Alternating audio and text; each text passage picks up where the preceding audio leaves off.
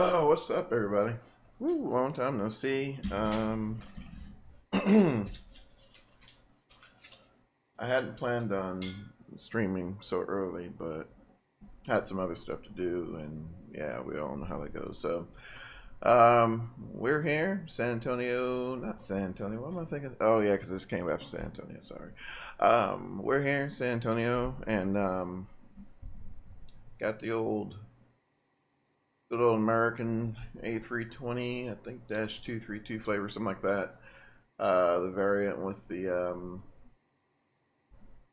V2500s, or I think, yeah, V2500s, I think, yeah.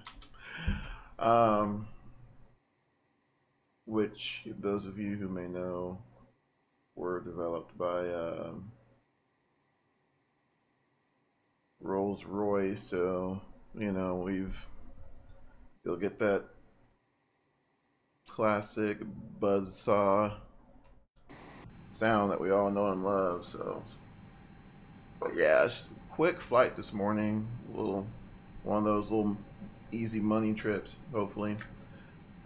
Originally, this trip is actually ran by A320-21, which I'm guessing is what replaced the 757, but I couldn't help but wonder, like, why is American run something that large into Austin? Well, I guess the easy answer would be because it makes them a butt ton of money. But this one, like I said, we're in A321, so it's a little shorter. I mean, still a fairly large airplane, but just a little shorter. So this flight, we're actually going to take advantage of the little import function here. We're not going to build anything from scratch. As soon as I can find the, yeah, we're good. So we're not going to build anything from scratch. We're just going to go ahead and import it directly into the flight management computer. And to do that is for those of you who have this aircraft and haven't done it yet, which I'm pretty sure the majority of you have, but the folder resides in your documents folder, FSLabs, then you go to AOC service and uplink, and every time this sim starts, it creates a folder called 127.0.0.1. Let's drop it in there. And I know that you guys can see this, but there's like a ton of info on this because everybody was spazzing out because I couldn't get to it. But yeah, as soon as you drop that file in there, it reads it and parses it into the flight management computer. So it's good stuff. I'm going to leave everything for the most part the way it is. I will change this to 290. I don't want to do 290. We'll do 250. Sacrifice a little economy for some speed. And right, then we're going to mosey on over here. Block fuel, which is our fuel that we're currently holding. We'll do 12.9. So 12,900 pounds of fuel. Bam, throw that in there. This is zero fuel, so we're fairly light. And one of the inherent characteristics with these with this type engine is has kind of a high idle thrust, meaning that it's even in idle, it's producing positive thrust. I don't know if the terminology is correct, but we're going to go with that one. So it has a relatively high positive thrust. So even in idle, it's going to be pushing the airplane. So it's I know for me it's a little hard on the brakes because you're constantly having to tap here and tap there, but it does make it a little easier because you really don't have to apply any type of, like, even from a dead stop. Once you release the parking brakes, it'll slowly just start rolling, and single engine taxis really well. Alright, so I know it's going to ask me for something stupid. My ground service add-on here just updated as well, so it's probably going to open that rear door for some reason. I mean, I don't know. Let's see. Close it. I need it. Good evening, ma'am. How are you? I'm doing good. Just excuse me, I'm a little... Weather's changing, so my allergies are acting up. Okay. So we'll go ahead and get that going there. But next, yeah, we'll look for those numbers too. Well, yeah, we'll go ahead and double check our flight plan here, because I mean the import normally works without a hitch, but the 17, so we'll be taking off heading towards the south, especially with if you're rolling with no air traffic control. It helps out a lot to just go ahead and just have your flight plan smoothed out, and if you have to clear discontinuity, go ahead and clear them. D17, right? Okay, it works out. All right, so yeah, 17 right. Let's see, we're flying the LOL departure. If I'm pronouncing that right, probably not. Excuse me. So yeah, let's see. That's right.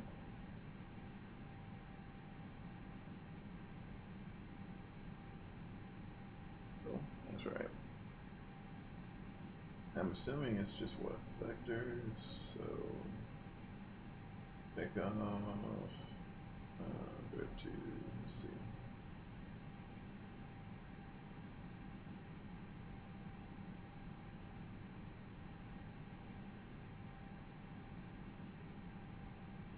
So basically what we're going to do, just looking at it here, we'll probably,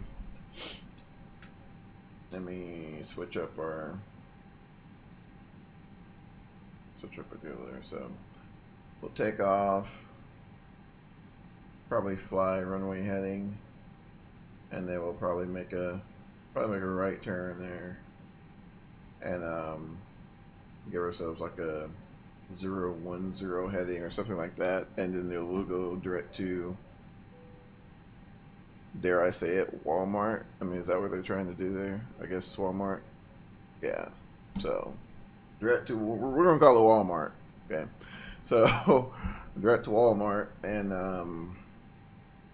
we can continue on our merry way to Dallas Fort Worth, which I still can't find decent scenery for. Alright, and we'll be hitting the Boob 4 departure, I mean the Boob 4 arrival, with GUTZZ as our transition there. Got that in there.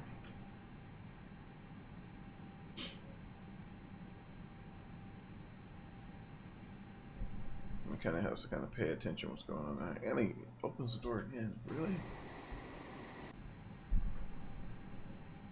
Lows it. I can't stand when like you update an add-on. It's like, oh yeah, we're just gonna do something randomly that we're just not gonna tell you. I mean, I knew that they were going to be changing up. Basically, the integration between the passenger loading and everything else, now it's changed. So, I mean, which is awesome, but it can be a little extra. So, yeah. All right, yeah, reserve fuel weight, 124,000 pounds still. All right, so what we'll go ahead and start up the APU and get ready to roll. So it's be a little delay in startup as it opens up the little APU intake door and gets everything primed up, and then should start right up. Or was it? There, 25. All right, so looks like everything's ready to go on our end right now. We're just waiting for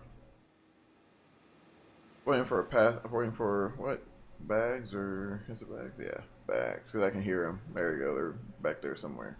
There we go. Wait for Max to get loaded up, and where we going? So push, turn to the right. Alright, cool. Let's gotta remember that. While we're doing that, what's the temperature? 26, so we'll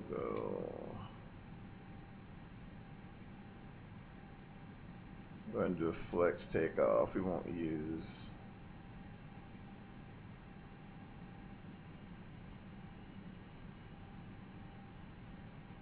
there we go. We won't use full takeoff power on this one.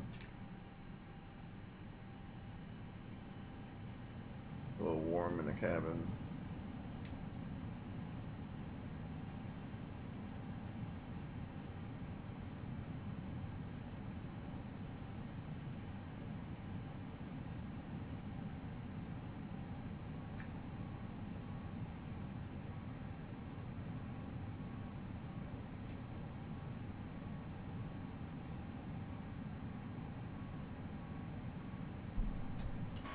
Go.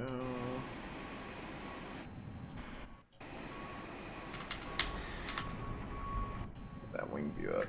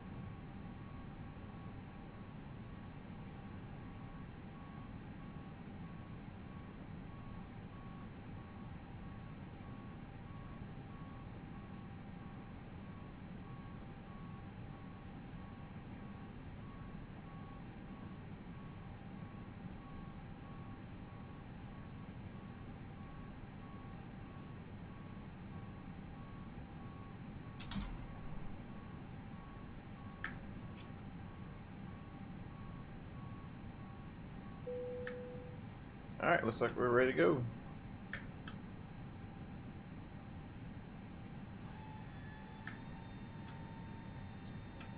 And we'll close that passenger door. And let's see, left tank pumps, center tank, and right tank pumps on. Go ahead and disconnect the external power here. Go to a relay click, and we'll go ahead and start our parking brake because they're going to complain if we don't. And disconnect all of this external stuff. Let's see, are we go ahead and pull this gate as well.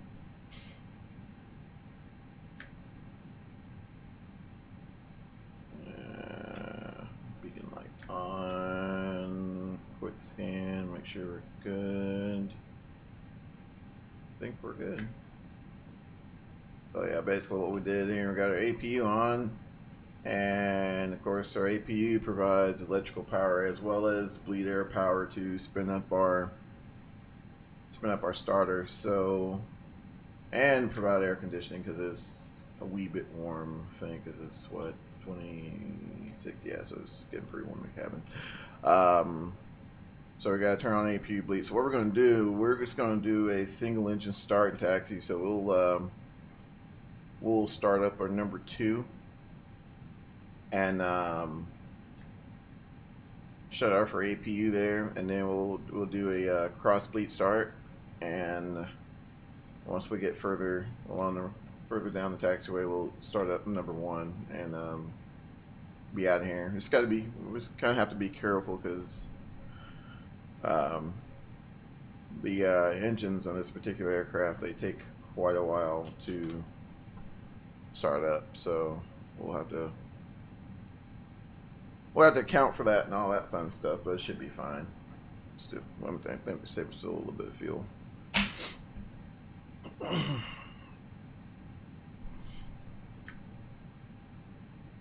Let's see, so yeah, oh, it's good there. Cool, so we'll leave on that page.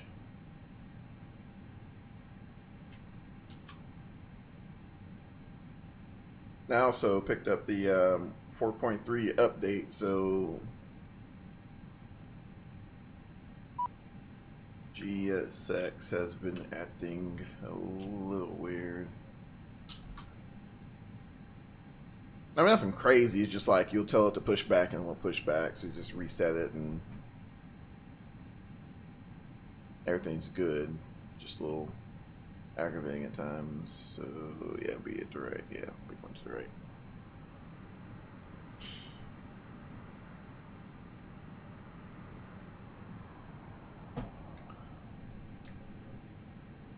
Oh, let's see.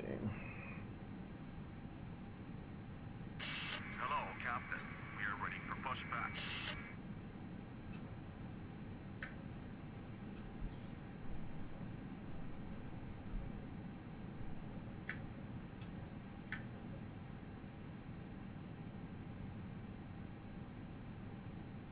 Locking gear.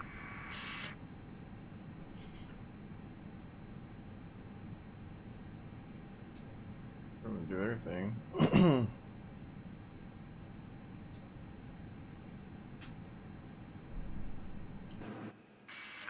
Check completed. Live has been inserted.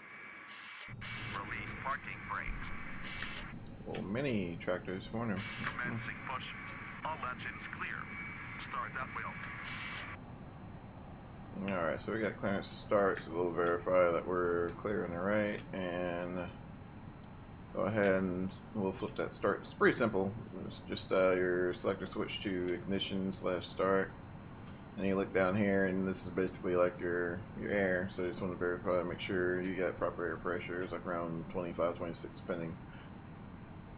And just flip this guy up, and yeah, it's like up and yeah, on. So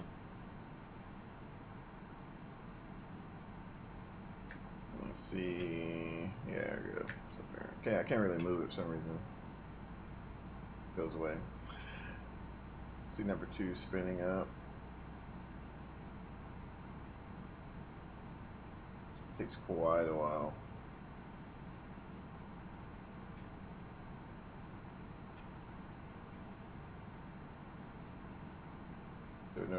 So we know we have ignition there because we're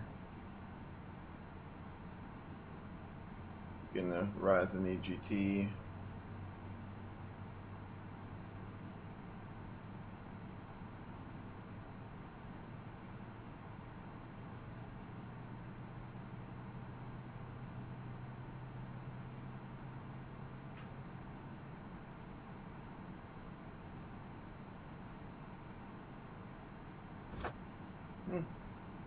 There we go. So now it's available.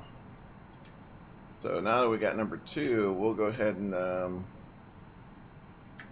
flip it back to normal. Turn off our APU bleeds, and we'll turn off the master, shut down the APU. Parking brakes. Okay, reset. Now, while they're out there doing their thing, we'll get configured for. Whoops. Take off real quick. Let's see. And of course, the only time you'll ever touch the trim on this thing in normal operations, that is, let's see, let's go over to initialization for, there we go. Let's see, let's roll it up here to about 20.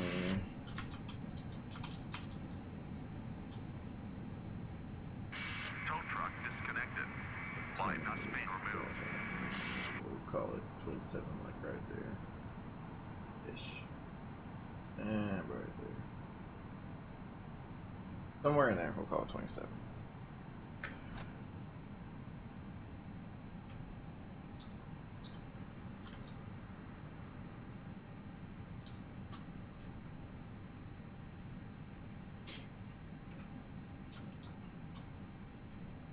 Left is clear. So, Right is clear. we'll hold off on this. Okay. Turn on the transponder.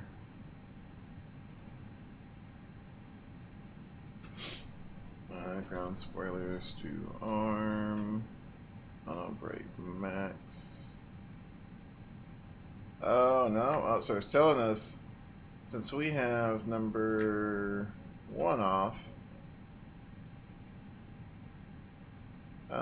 it's going under, right now it's normal braking logic is disabled, so we're in alternate braking logic, which means no bueno on auto brake.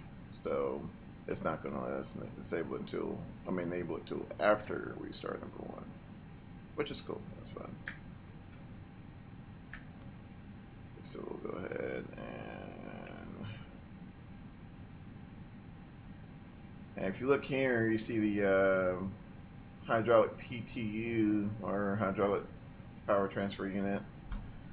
You'll hear that running here, which I'm sure some of you have heard this noise in the airplane.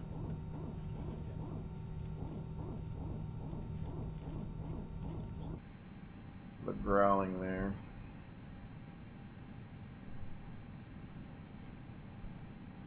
Alright, so we're rolling right there. Not gonna move as fast as we would have if we had both engines running, but I mean she'll still get up there fairly decently, so just gotta be just a little more patient. A little more patient. Anyway, now we're heading to 17 right. So like I said, this thing produces a good bit of idle thrust, so you know, like I'll bring up my throttles and then I'll go ahead and close them. Especially we got this turn coming up here, so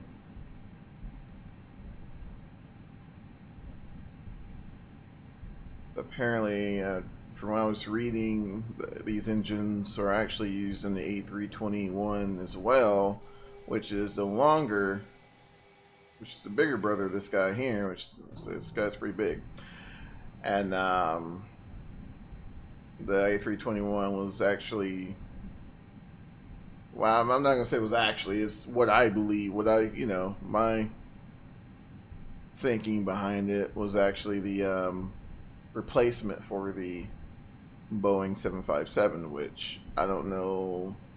So I was kind of thinking about that yesterday. Like, I don't know if like some of you have noticed or whatever, but you don't see too many 757s unless it's like a freighter or something like that. I mean, I haven't seen them. There might be a few airlines like United or something still running them, but I know like out of Dallas, like I rarely see any 757s now. So seems to me that the A321 slowly sliding its way in there as a replacement. So from what I was reading, these particular engines are also using A320. Are also used for the A321. They just derate them for this application. So But I've heard, like, just reading up on them, I've heard like different things, like CFM and the V2500s are kind of, they both kind of have their pros and cons. I want to say, what was it? I want to say like these particular engines were a little more fuel efficient up high or something like that. I don't remember. But oh, there was something else I can't think. I will say that whole as far as like if you're doing like a quick turn, something like from waiting for those things, like I mean it's talking seconds, but waiting those few extra moments for them to fully start up and become available is I mean, as far as time difference, it's quite a bit different from the CFMs. I mean, CFMs you start switch in like a couple seconds span already.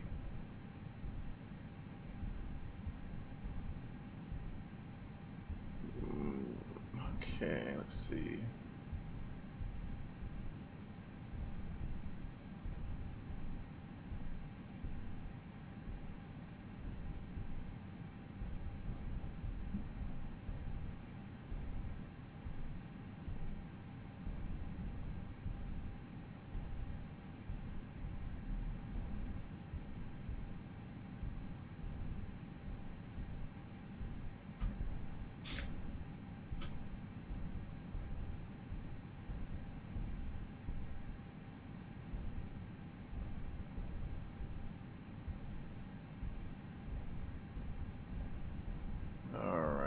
So what we'll do here,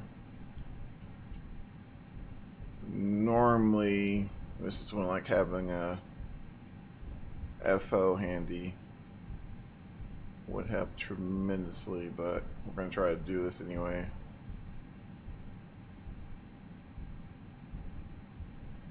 Try to do it anyway, so we'll go ahead and get ready to start up that left engine. So now normally on the Airbus it's fully automatic, but when you don't have the APU, the only additional step you'll have to do in the process is to open your cross bleed valves, and we'll do that here as soon as I make this turn.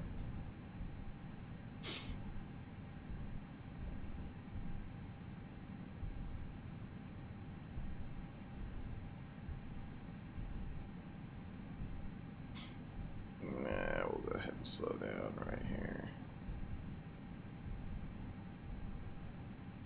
So go ahead and open up your cross bleed valves, which tells you here start. So open that guy. I'll supply your air to your starters. Wait for it to come up.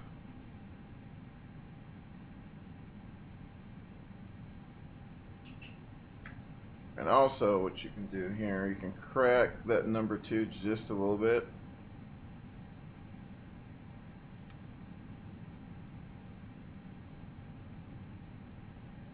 You can see your bleed air come up, and then you can go ahead and hit that number 1. It'll spin your compressor a little quicker.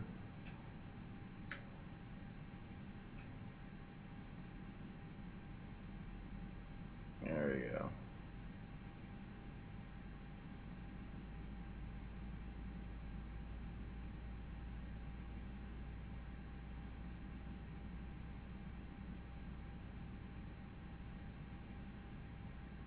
Now,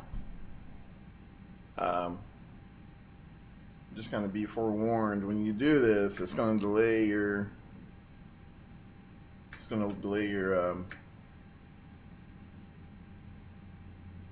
time to take off. So you want to normally, like if you can, like try to squeeze it in while you're taxiing, if you want to do it. A lot of times it's not even worth it. I mean, especially when you like, you know, don't run with traffic like me and don't use air traffic control.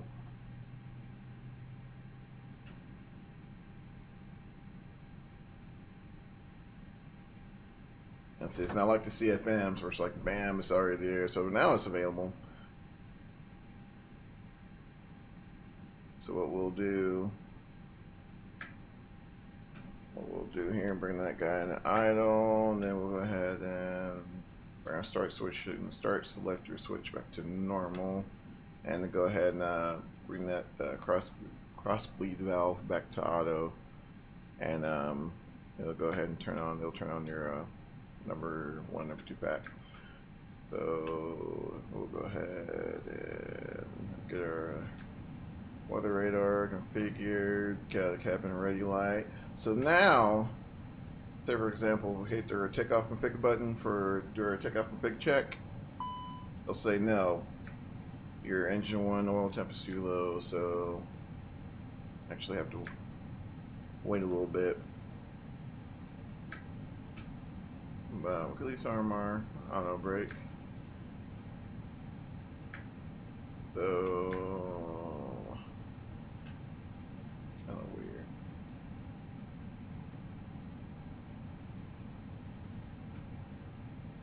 Look at that little bug, I think. Go to your engine screen.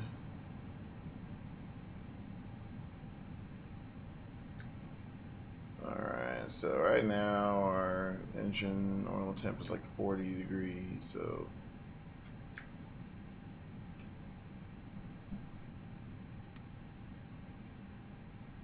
we'll bring it up above idle real quick and warm them up.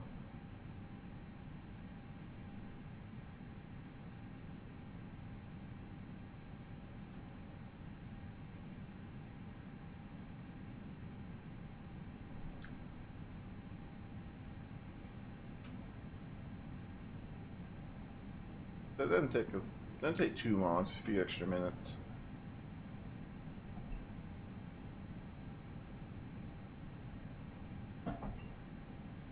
Which doesn't make sense. I mean, the name of the game is try to protect the engines, right? So, you know, it's gonna give us a little notification saying, hey, you know, versus, you know, back in the days of, you know, like the MD-80 and all those guys, like whatever, you know, let's go. Oh, wait. Now it's kind of double checking configuration, make sure everything's good, which is, you know, I mean, this is the nice thing about the Airbus. It will tell you if there's something outside of, you know, normal operating parameters. I'm just curious, what's that threshold? Big. Go ahead and bring that engine back to idle. Alright, cool, so we got normal. Alright, so we're good. Alright, so go ahead and extend our landing lights.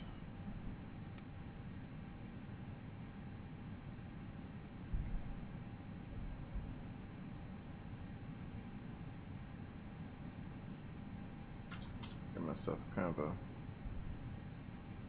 bit of a berth.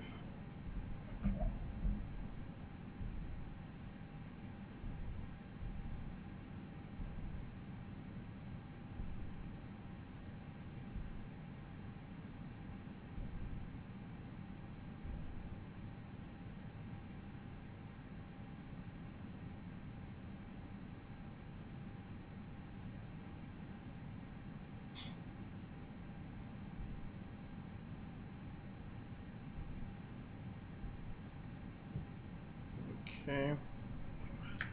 Alright, so go ahead and get this set. Alright, so I've already set up for runway heading. Go ahead and hit our chronometer. And let's try to get out of here.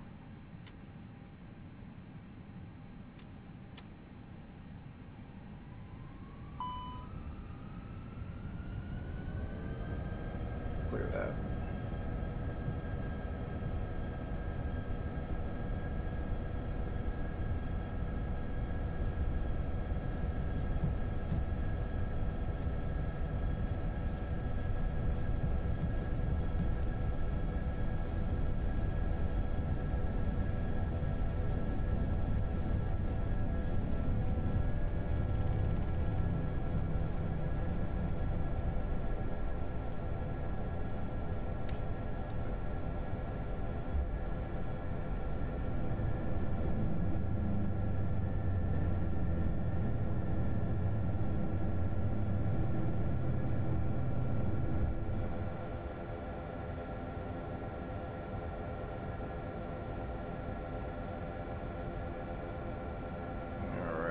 to about 1200, and then we'll go ahead and throw throttles into climb.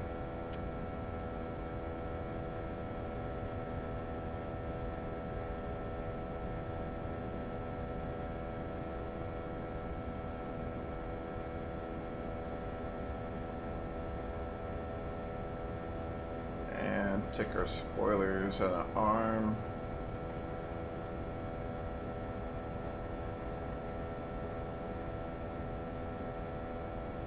Now we'll just continue flying the runway heading until we get cleaned up, and we'll make that right turn here shortly. And we're cleaned up right there. And I'm going to engage the autopilot since we're by ourselves, and yeah, so go ahead and make a right turn, and since we are making an adjustment to our heading, we're going to have to go ahead and pull that knob.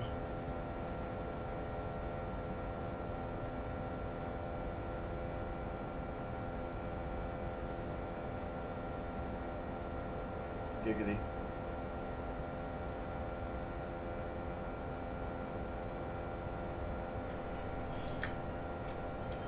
Alright, let's see.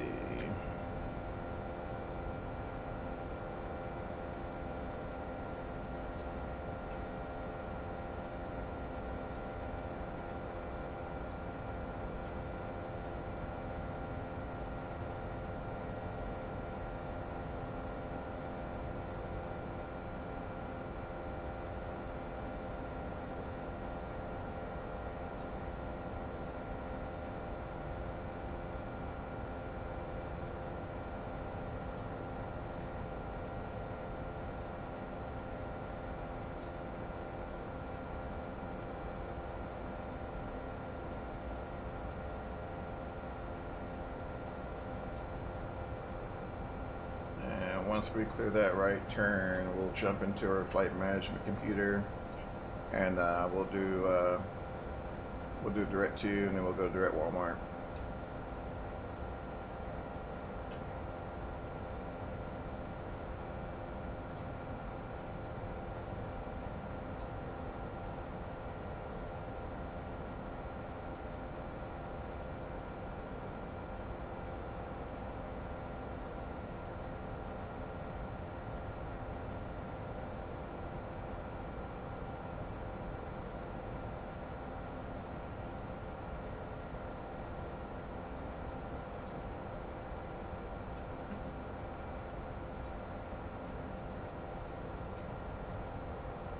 Let's go direct Walmart. Insert.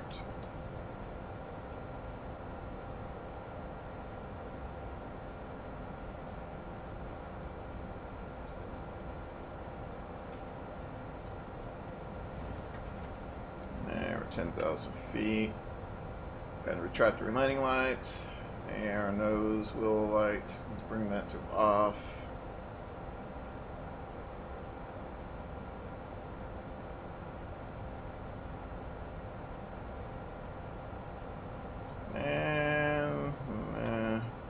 Seatbelts on and off. There we go.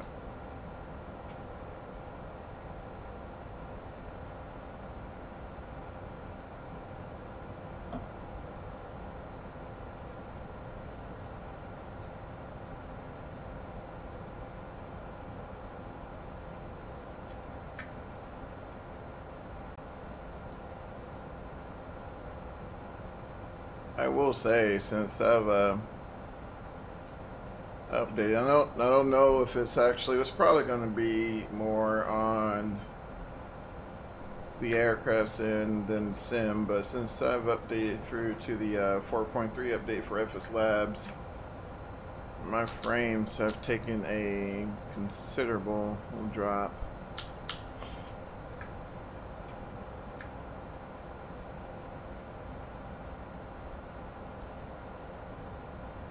So flyable, just you can tell the difference.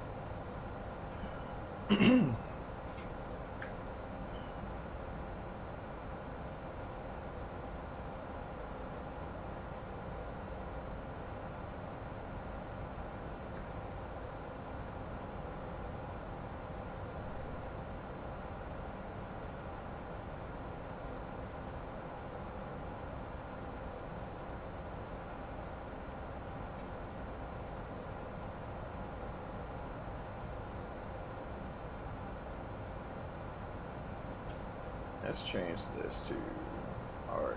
I don't know. Seems like to me like this works great closer to the airport, like what we just did. You know, take off the opposite direction and you gotta make a 180 degree turn or something like that.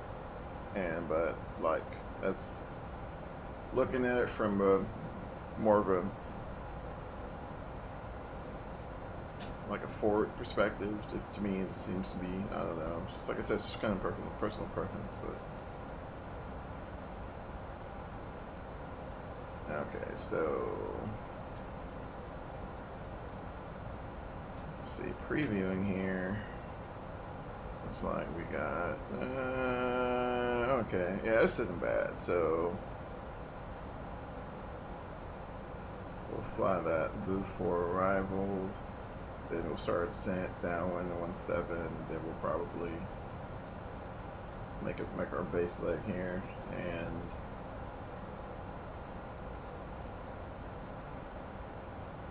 do our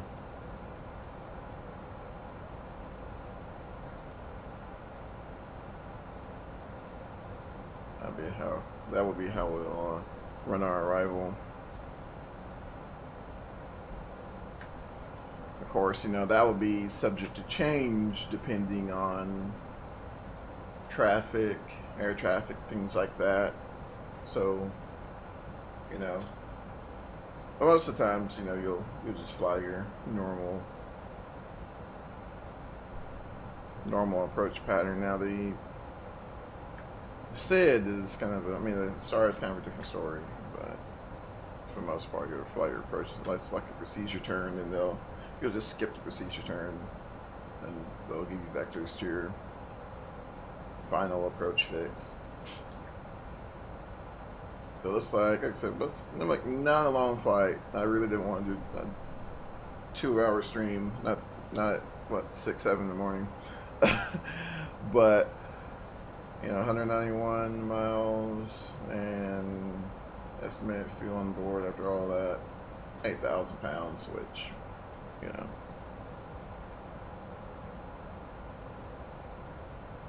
not too bad. Let's see, prop climb, 25, okay. Alright, so go ahead and set our altimeters to 2992.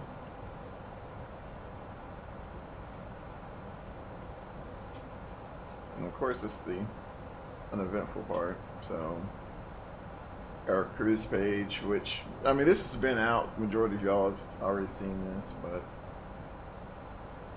cruise page here. So, all your vital engine parameters, engine vibration for your #1 compressor.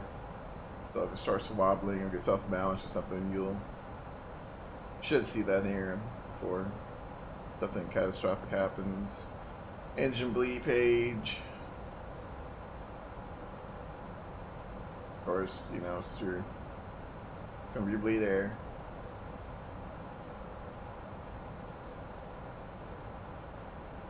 Here, pressurization, it's all automatic, so got your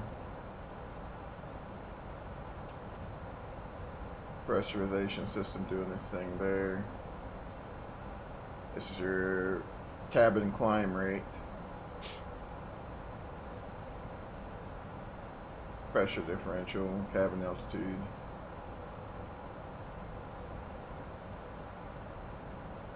And get your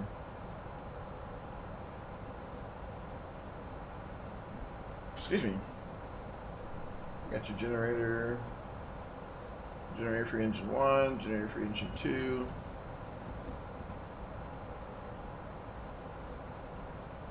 Low percentage, frequency.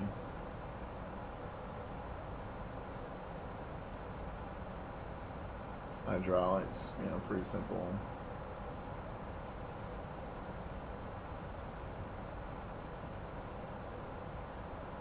I guess the cool thing about this whole system is, like, you know, despite all of that information, you know, something happens, it only brings the data that's pertinent to what's going on, you know, in that particular condition of flight. So, you know, it's something happens or whatever with engine 2, it'll only bring up data pertinent to that, what you'll lose, things like that. So,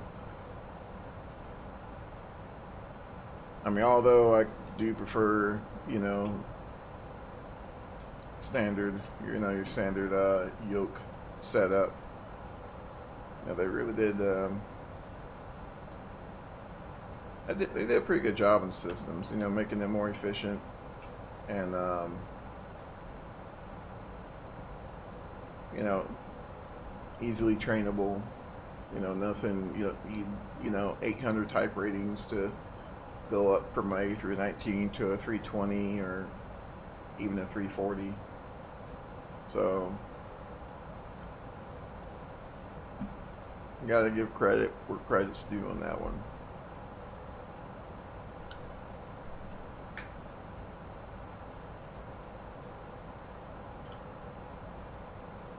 Let's see, almost 25,000.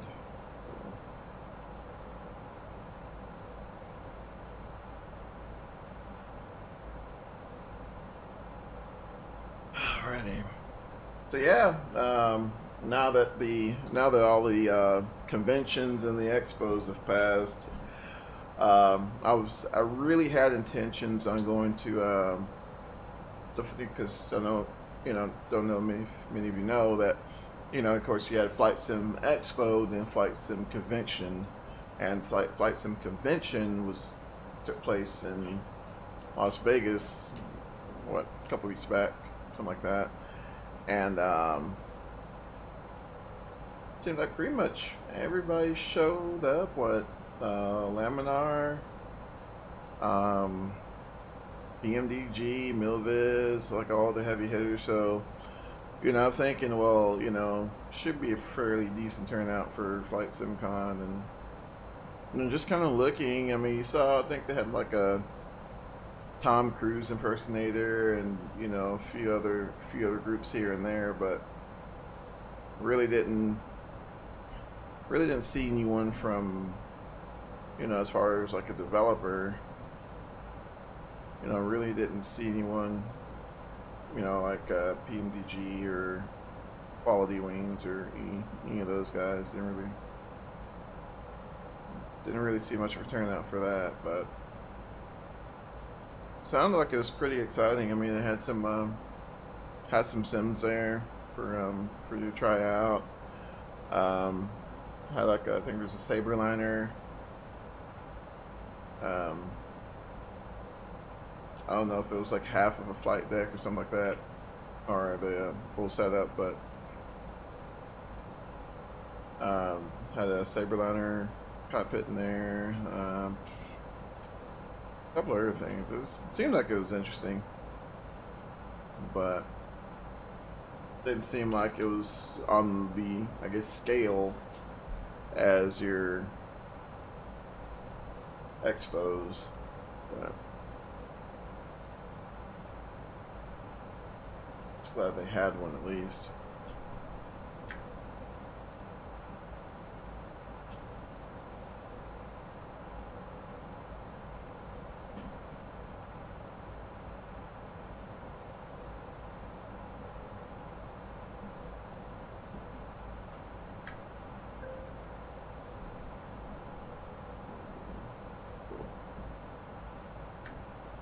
Make a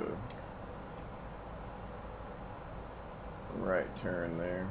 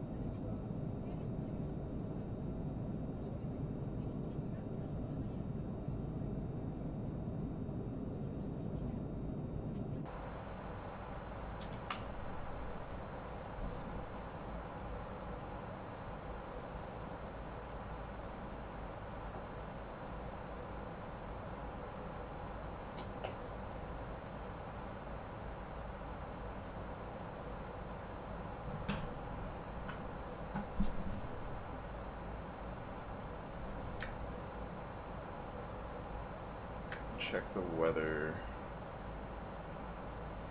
in Dallas and see what's up in Dallas right now. Shouldn't be too bad, other than the fact that it's 4,000 degrees. There we go. Alright. Yeah, other than the fact it's like 4,000 degrees right now.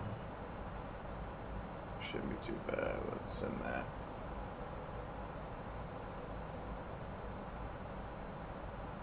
Okay. You'll get a little company message notification. I'm just ready for you. Receive message. DFW. Yeah, so it's going to be favoring. 17 right still. So.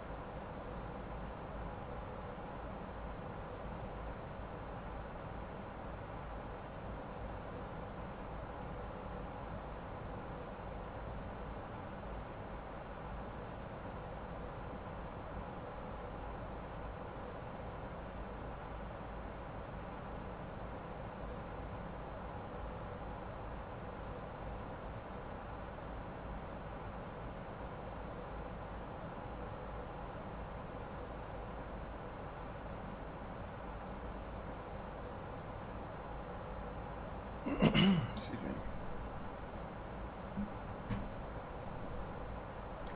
It's getting fairly close to our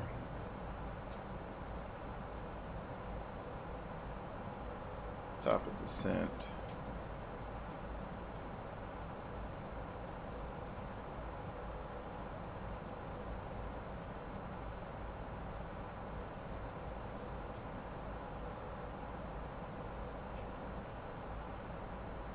I see it cooled off in that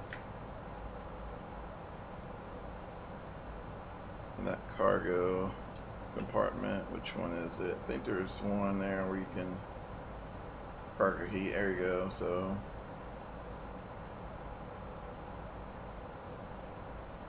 you can adjust your, I think there's one compartment, so they put like animals or something like that in there.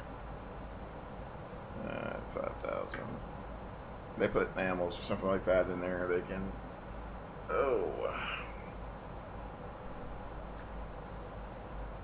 they can control the climate in that particular compartment.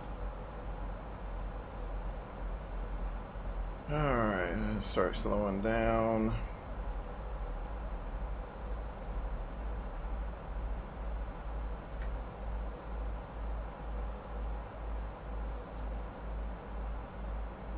So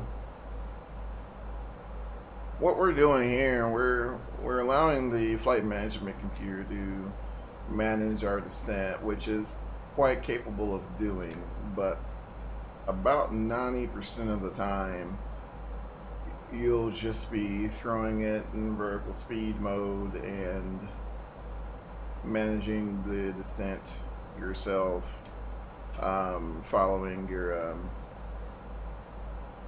the restrictions given to you by ATC. So and sometimes it can be kind of off. So you can do a little quick descent calculation. Ooh, excuse me.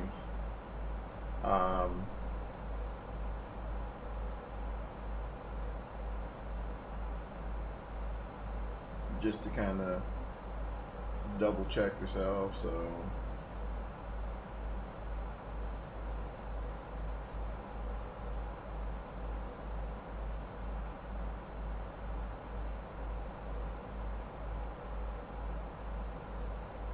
let's see, 2,200 feet.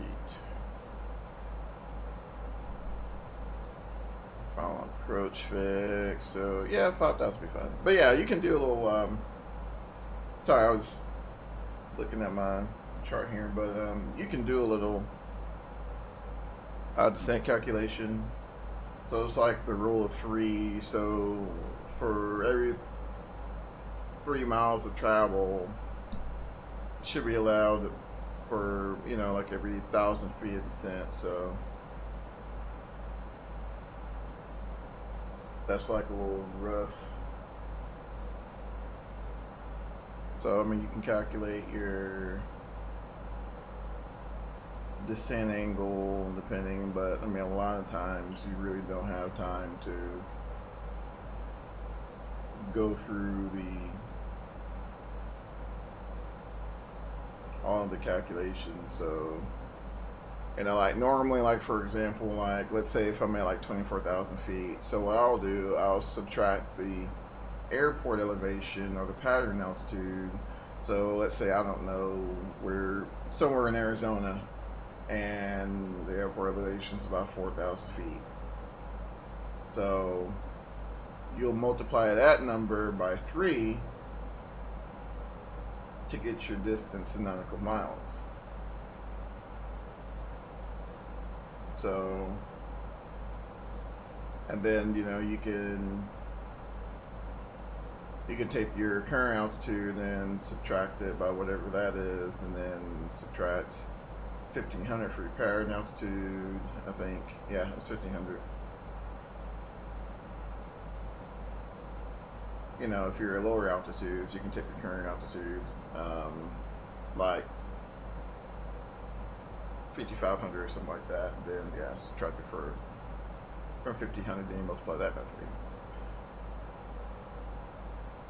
So I'll give you like a little rough, extremely rough guesstimate. Or you can like pull out your little handy dandy table here and whip out your paper and write.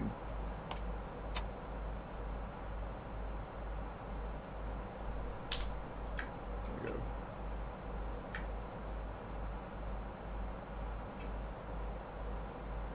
And if you want the precise, that was kind of like off the top of my head, and I had that in forever because I've unfortunately been spoiled by FORSS flight and tabletry and this magic you call technology.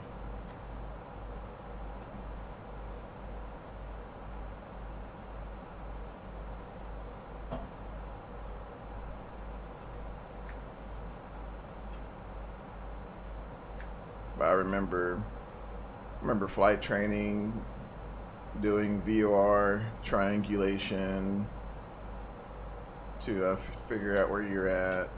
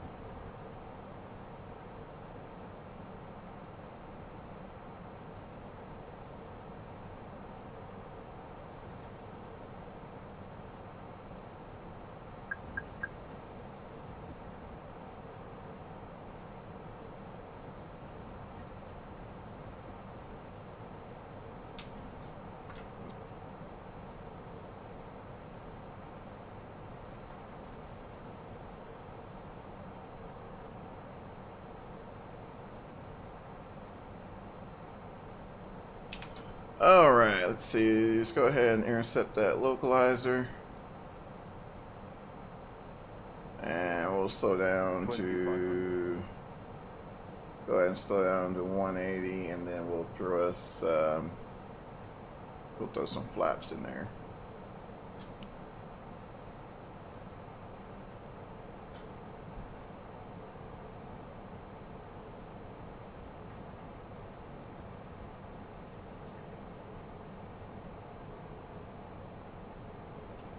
Alright, so let's go ahead and set up for the approach.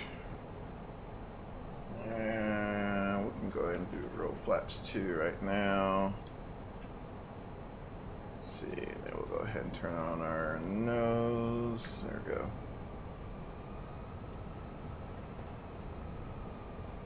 It's a little bumpy. Let's see, we're sort of DME 10 miles. We'll go ahead and slow down to 170 and gear down.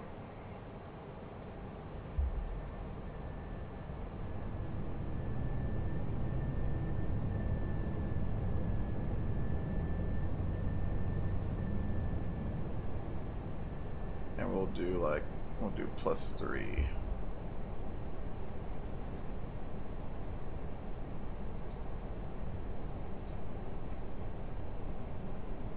Alright, got the glide slope. So intercept the glide slope and start our final. So we'll go ahead and bring that third notch flaps in. 2000. And looks like she's about lined out right there. So we'll go ahead and bring that last notch flaps in. Auto brake set to medium. Spoiler auto. Conditions on, cabin's ready.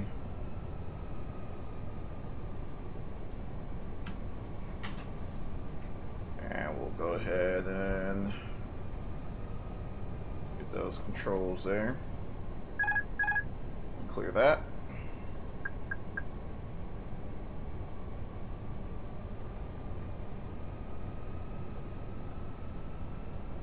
It's a little windy, you got a 20 knot headwind.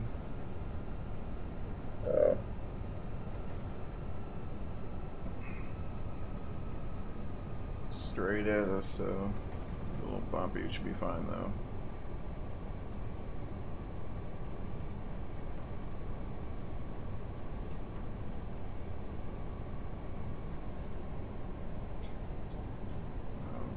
Let's see.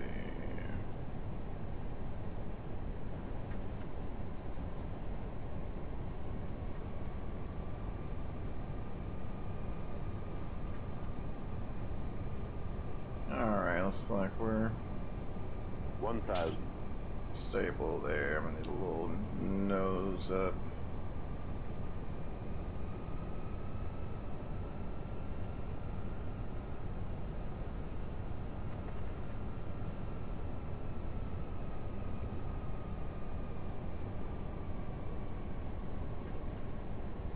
Alright, I'll brake medium. Cool.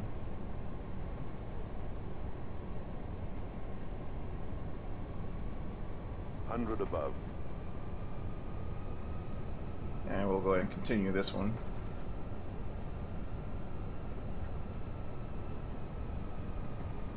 Minimum. Continue.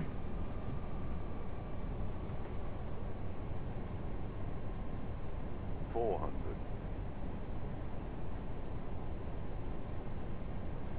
$300.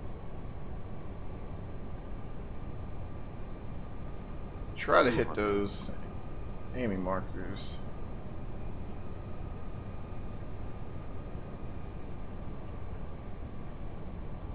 Probably, yeah, we're gonna 100. go a bit past them, that's fine. 50. 40. 30. 20. Retard. Retard 10. 5. There we go.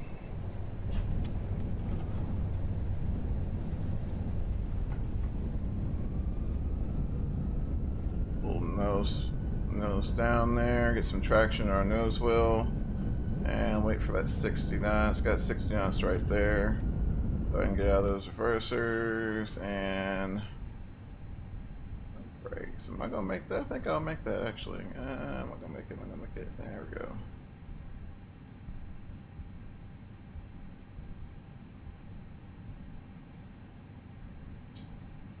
It's a little iffy, but we'll go ahead and call that good.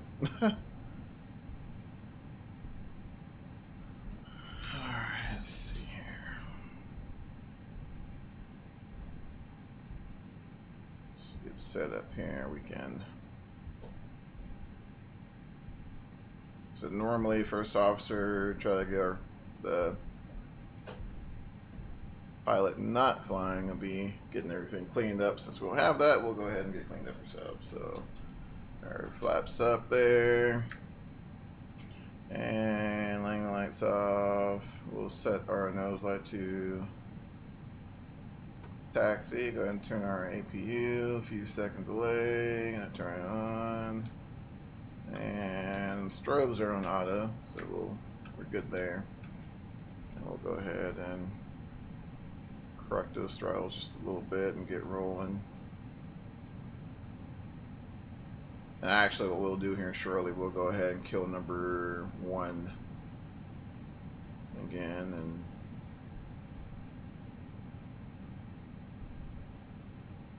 continue our taxi into the gate. Let's see. Check my brake temps, but I'll check those later.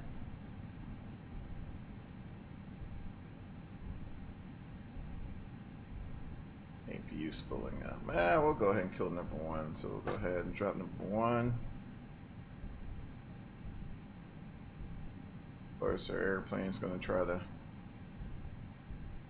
steer towards that dead engine. And I got the bus.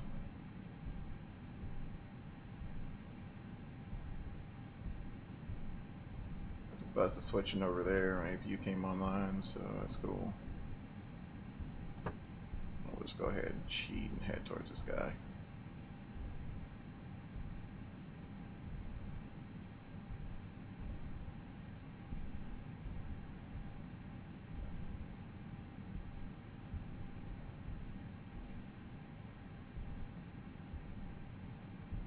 And just kind of gentle.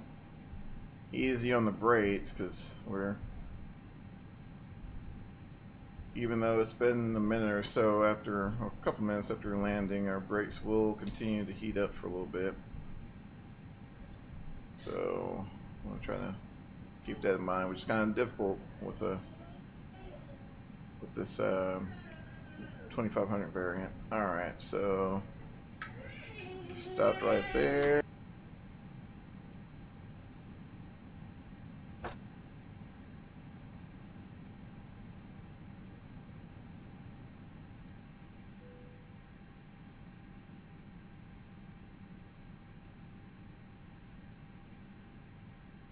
Alright, so I killed number 2, yeah. Number 2 is dead. Our gate going there. Fuel pumps off. Seatbelt signs off, got APE on. We'll go ahead and pick up a ground power here. So jump over here, options, go ahead and get our chocks. Once we're chalked up, we can go ahead and turn off that parking brake and get this guy on external power. You can go ahead and give him some air while you're at it. Get some air conditioning going. We can turn off the APU. Alright, cool. Alright guys, there we got it. We are in Dallas, didn't kill anybody, and yeah, so awesome. It's a little quick morning stream. Hope you guys enjoyed it. Got a little bit out of it. So if you did, like, comment, subscribe, whatever. So anything you decide to do, I appreciate it. So other than that, guys, you guys have an awesome Friday, and hopefully we'll see you shortly or later this evening some DCS action. Cool. All right, guys, take care. We'll see you. Bye.